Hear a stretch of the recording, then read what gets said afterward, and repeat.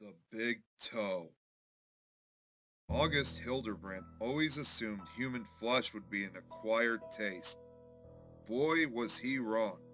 Then again, Augie didn't know a lot of things, even if he thought he did. His stomach rumbled so loudly it drowned out the static hiss of Augie's walkie-talkie on the kitchen table. In truth, he'd been starving since yesterday. Other kids used to tease him about being a picky eater, but Augie maintained that was born with a refined palate. So what was someone like Augie supposed to do? Split some paltry PB&J with a classmate? Eat preservative-filled pasta straight out of the can?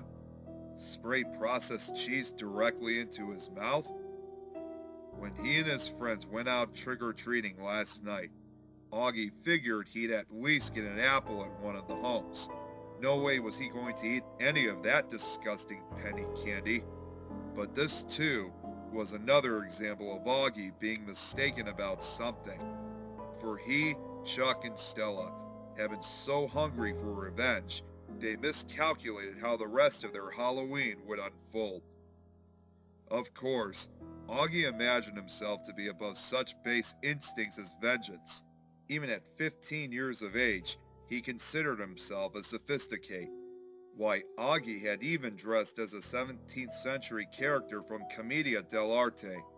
But when he saw Tommy Milner's Pontiac Catalina prowl around that corner in Mill Valley, all pretenses of maturity quickly left Augie. He and his friends immediately opened fire, hurling eggs at the bully's prized automobile. Each Yoki splat against the windshield felt like a little victory. Each crunch of eggshell against the hood made up, in some way, for the many recess beatings he had received at Tommy Milner's brutal, corn-fed hands. Eggs, Augie thought, his mind returning to the present with another pang of hunger. I'll poach some eggs. He opened the refrigerator, flooding the Hildebrands' darkening kitchen with faint yellow light. The ceramic egg carton was empty, as were the rest of the fridge's shelves and drawers. Only a lonely expired box of baking soda greeted him. This shouldn't have surprised Augie. The refrigerator had been empty last night, after he'd returned from the evening's excitement, and it had been empty again in the morning when he woke up and scrounged for breakfast. Come to think of it, the only meal Augie had eaten in the past 24 hours was the meager lunch he bought at the school cafeteria, but he refused to eat the main course, hot dogs. No wonder he was famished. Augie began rummaging through the cupboards for some crackers, a tin of anchovies, anything. His stomach rumbled louder, and he decided to give his mother a piece of his mind. It was the responsible thing to do, after all. So Augie went to the phone on the kitchen wall. His mom had not thought to leave her number on, say, a note affixed to the refrigerator by a magnet, like most mothers might. No, Augie knew the digits by heart, having dialed them so many times in the past.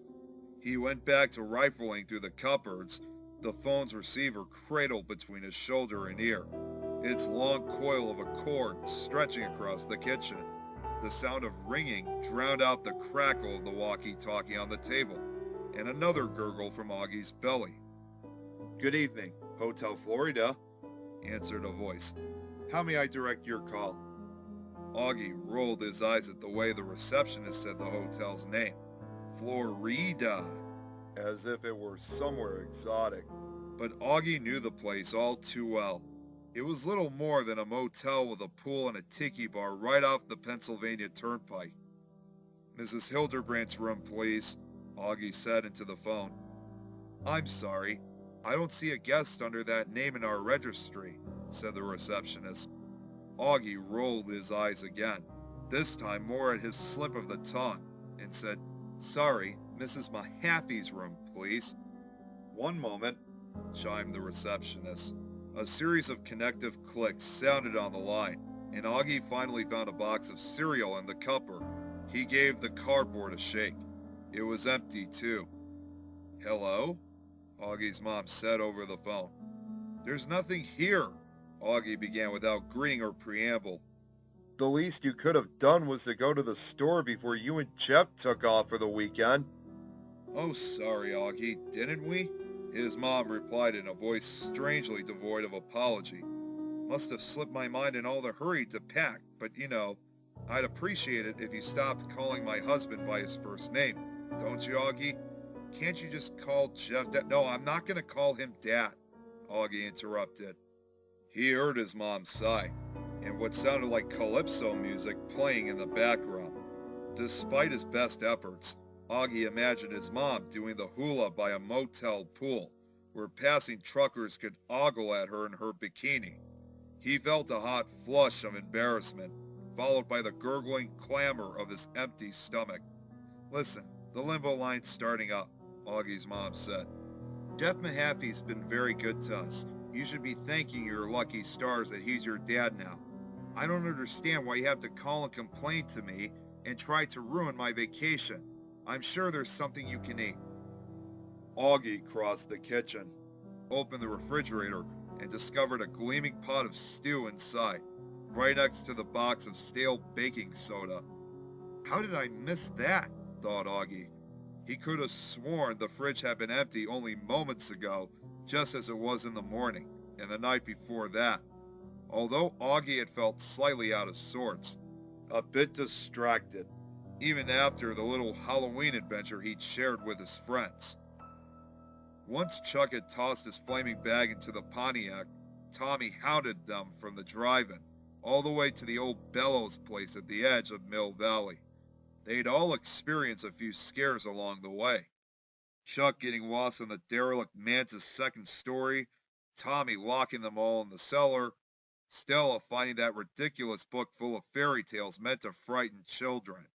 Even Ruth shrieked when she stumbled into all of those cobwebs after getting trapped down there along with the rest of them.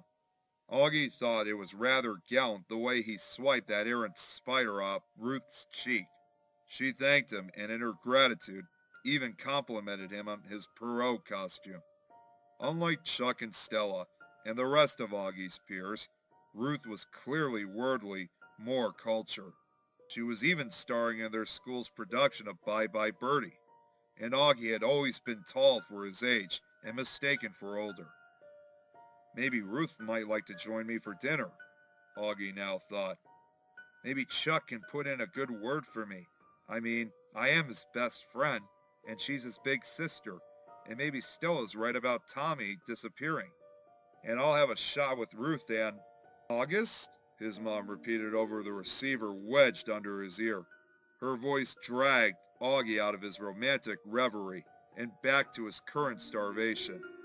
I'm eating the stew, he said into the phone. I'll see you when you get home. Then Augie's attention locked on the light bulb in the refrigerator. He watched it glow brighter before spontaneously burning out. The kitchen plunged into darkness, and Augie became aware of just how late the hour had grown. Well past dinner time, he thought. He flicked the bowl, which sputtered, then returned his attention to the stew. Augie hung up the phone on the wall, hauled the pot out of the refrigerator, and settled it on the counter. He flicked the bowl, which sputtered, then returned his attention to the stew. Augie hung up the phone on the wall, hauled the pot out of the refrigerator, and settled it on the counter. Even in the gloom, the stew looked sumptuous. A velveteen gloss shimmered across its surface from the rendered fats. Whole chunks of root vegetables sat suspended in thick, creamy folds, the consistency looking all the richer from how the root mingled with the broth.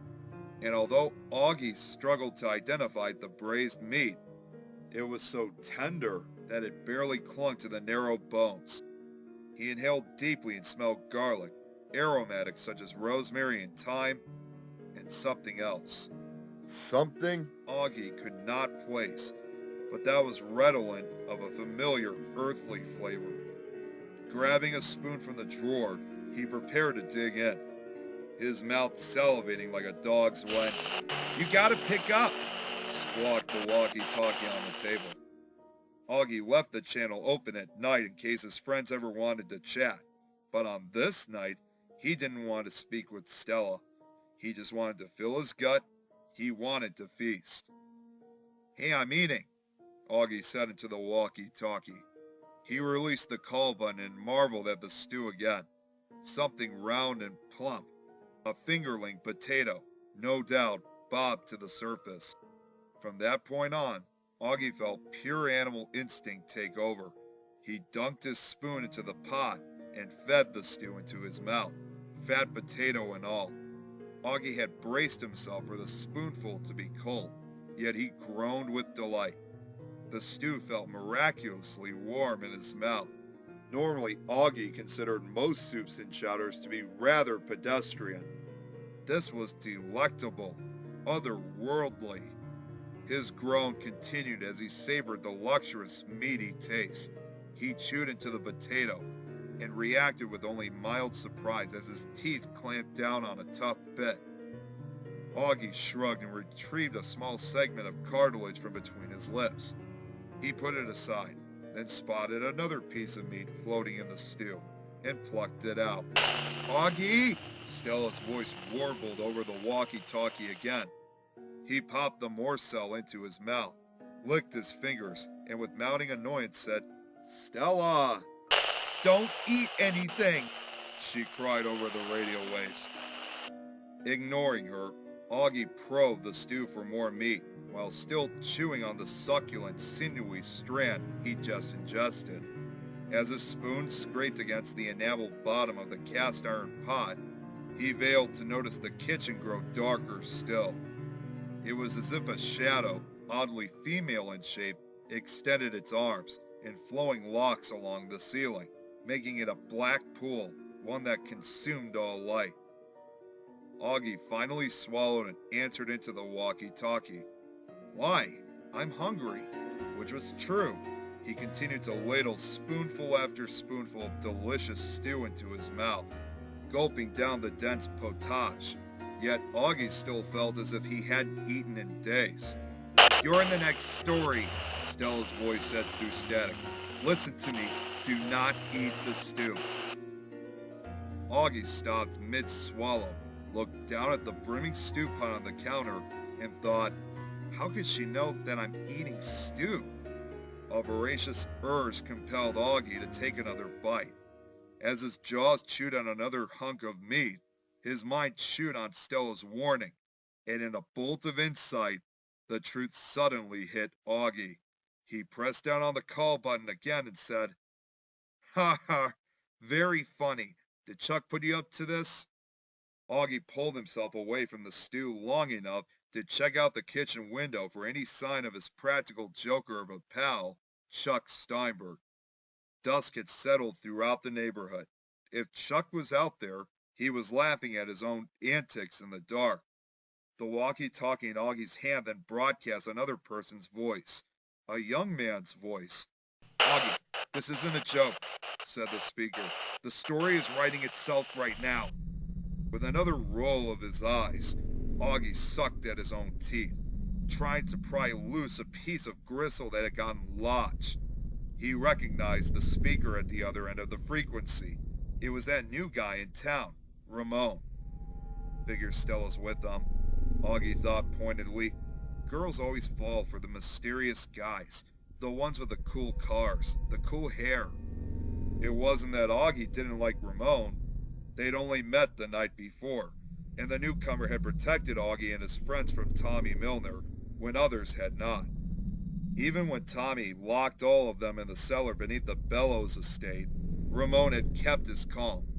Not even that musty old tome Stella found in Sarah Bellows' dungeon of a bedroom seemed to rattle him. And now here Ramon was humoring Stella once more and talking about that damn book again. So no, it wasn't that Augie didn't like Ramon. He just resented the way Stella looked at Ramon after only one night. The way Ruth used to look at Tommy. The way Augie's dad used to look at his mom. "I don't know how or why," Ramon continued, "but I'm reading it right now." A sound scared him. It was a voice, and it called out, "Who took my toe?" I know this story," Augie said absently, more to himself than to the other end of the walkie-talkie. "My dad used to tell me this story." Augie looked around his kitchen, suddenly feeling self-conscious. He strained to listen over the two-way crackle, the rushing blood in his ears, the low and persistent growl in his insatiable intestines. But Augie heard nothing more. Aside from himself, the house was empty. Am I not supposed to wait for someone to say that? Augie asked in a thick voice, not wanting his friends to best him with their little game, 'cause I don't hear anything. Despite the comfort food in his belly, Augie still felt on edge. He slurped down another spoonful of stew and looked around his home. Left, right, in front and back. Every direction except straight up, where more feminine shadows masked and deepened in obscurity. We're reading it right now, Stella's voice insisted. Then the voice grew louder. Who took my toe? Yeah, thought Augie. He remembered that part of the story too. But the nostalgia evaporated just as quickly as it came, and Augie felt bitterness curdle his tongue. The stew that had seemed so warm and so nourishing now took on a farinaceous, almost undercooked texture. Standing there alone in his kitchen, his meal for once spoiled, his friends no doubt giggling at the opposite end of the walkie-talkie connection, August Hildebrand perceived himself to be more of a clown than he had been on Halloween night. His paranoia rising, he ripped open the blinds, half expecting to see Chuck on the other side of the glass, holding a flaming bag with Augie's name on it. But all Augie saw was his own dumbfounded reflection. His hunger winning out, Augie splashed the spoon back into the pot and gorged on more stew. His house was vacant, his family was scattered and long gone, but his stomach would be full. I'm all alone, Augie said with his mouth full. There's no voice. He felt a scratchy sensation against his gums. As he hooked his finger into his mouth to fish out the irritant, Stella's cracking voice said, There has to be a... You are the only one saying it, Augie shouted into the walkie-talkie. It took a few tries, but his saliva-slicked fingers finally grabbed a hold of whatever was itching the inside of his mouth. They pulled out a pale, unbelievably long strand of hair. Globules of congealed grease clung to it like yellow pearls on some awful necklace. The voice. It's us, Augie heard Stella realize from far away. His chewing slowed with unease. His molars crunched on something unnaturally hard. Once more, Augie reached into his mouth, and from it, he removed a rotted big toe. A split toenail hung by a swollen, infected cuticle. Augie choked in revulsion and his arms flailed wildly, knocking the cast iron pot off the counter. It bashed against the kitchen floor, shattering tiles and splashing stew everywhere. With the darkness swirling over his head, Augie looked down at the puddle at his feet. Little bits of human flesh sat in fatty lumps on the ground. He saw an ear, an eye. Oh, God, Augie gagged. He desperately wanted to regurgitate what he'd unwittingly devoured, but his stomach was an empty, wet sack that shuddered with hunger once again. Augie ran to the sink and turned on the faucet. He gargled and spat out sloopy mouthfuls of water, trying to cleanse himself, but the putrid, mealy taste remained as sharp as ever. Overcome with violent illness, Augie shut off the tap and listened again. Then he heard it. A voice, but not from the walkie-talkie. It came from everywhere and nowhere. From the ceiling, from the soup pot, from his own quivering guts. It was getting closer. Augie? Ramon called over the walkie-talkie. Augie! Ramon's voice cut in and out. Either the signal had grown weak, or the batteries. Or perhaps Augie had grown weak. His legs became blanched noodles. His arms hung heavily at his sides. Two useless sausages. He couldn't tell if the stupor was the result of eating too much or still feeling famished. Augie staggered back to the counter, gripped the walkie-talkie in his trembling hand, and said, "Do you hear that?" "Hear what?" Ramon responded. "I don't hear." "She's telling me a story," Augie interjected. "Can you hear that?" His head started spinning. Everything grew dim. Augie wasn't sure if he had held down the call button to talk or not. "I can't hear you," Ramon's voice said over the fading frequency. "We can't talk at the same time." Augie had been depressing the button at the wrong time. He took some small satisfaction in this knowledge, and even being aware of such knowledge while his tainted body turned against him, as he slumped against the kitchen counter and slid down to the stained floor. "What happens next?" Augie heard himself say to the walkie-talkie, the tremble spreading from his hands to the rest of his body. A voice commandeered the radio waves, this time reciting.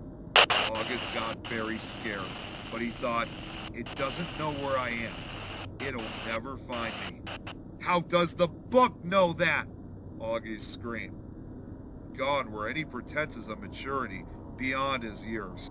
August Hildebrand had become little Augie again, cowering in the mess he'd made on the kitchen floor. Then he heard the voice again. Stella was back on the radio, reading from the book from the Bellows' basement. A wet voice whispered behind Augie.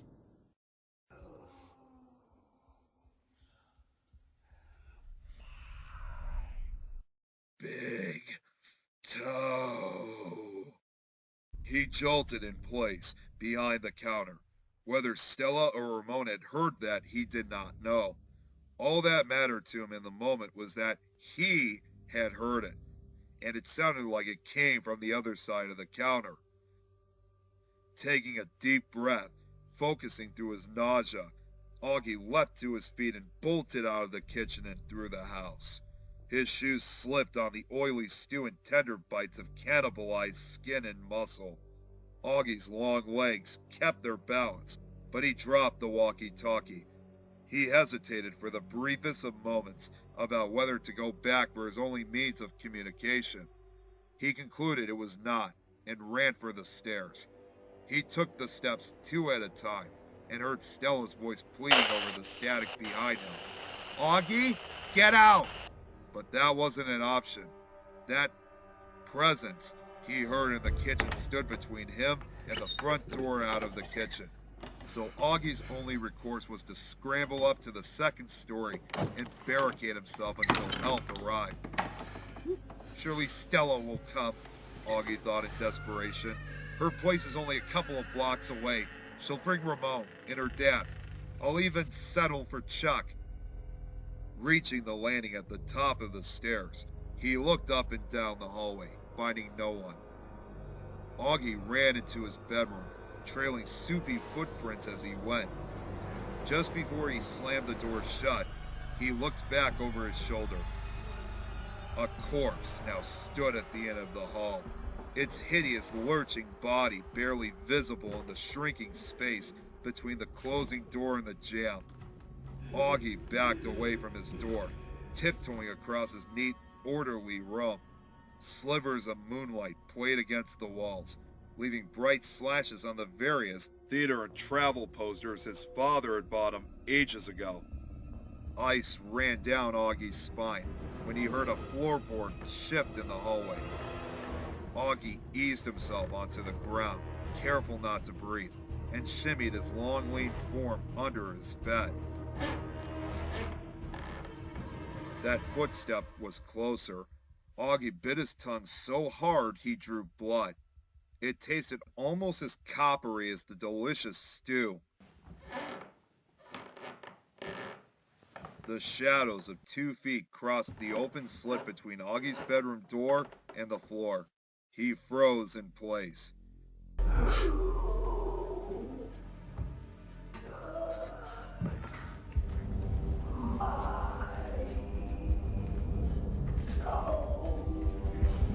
Called the voice.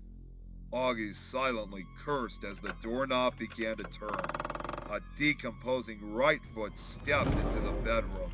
The left foot dragged after the right, and its big toe was missing. Right.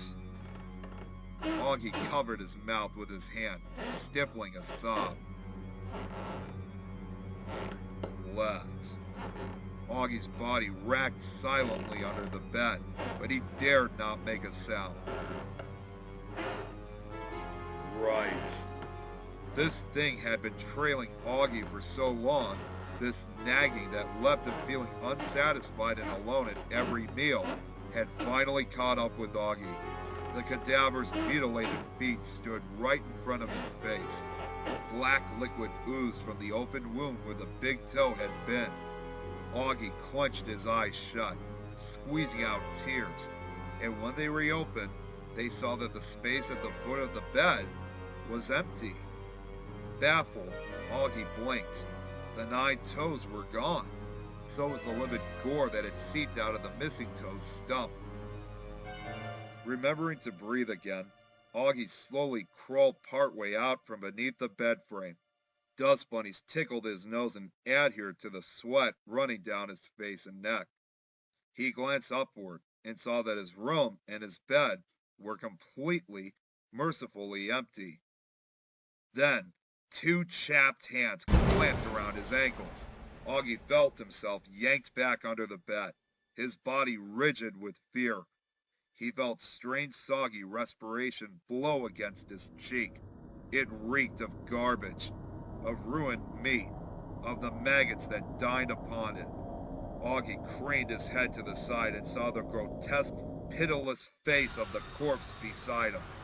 Hair fell in clumps off its torn and peeling scalp. Worms milled in the spaces between its remaining teeth, and 2 suppurating gouges glared back at Augie in place of the eyes they once contained. Augie wondered whether that big toe had been the only body part he had inadvertently enjoyed. The carcass wrenched open its jaws with a loud click. Bile dribbled out of what passed for its lips, and August Hildebrand realized he was about to hear the end of the scary story that had come back to haunt him. Shrieked the corpse. Once more, Augie experienced an aggressive tug on his legs. He screamed as he was pulled further under the bed. Augie clawed at the floor, trying to stop his backward slide. His fingernails scored the varnish, leaving erratic scratches before tearing loose from Augie's raw nail beds. The retreating sight of his broken nails, wedged in the floorboards, made Augie think of the nail that hung so tremulously from that big toe. That big toe that had tasted so damn good.